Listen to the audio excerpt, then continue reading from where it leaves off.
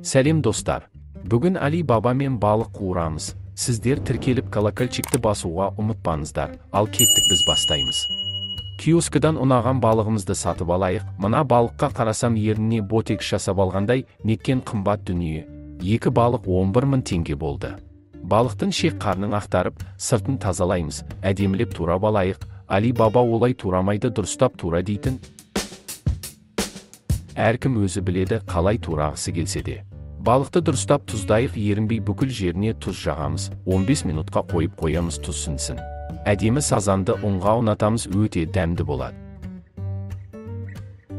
Газға от жағайық, ай қолым күйді, ай тағы күйді. Сковородканы майға толтырамыз, балығымызды шыңғыртып қуырамыз. Золотой сазан болды ғой. Арнаға тіркеліп қолдап кетсеңіз қуанып қаламын. Керемет ужин болды. Жасап көр, өкінбейсің.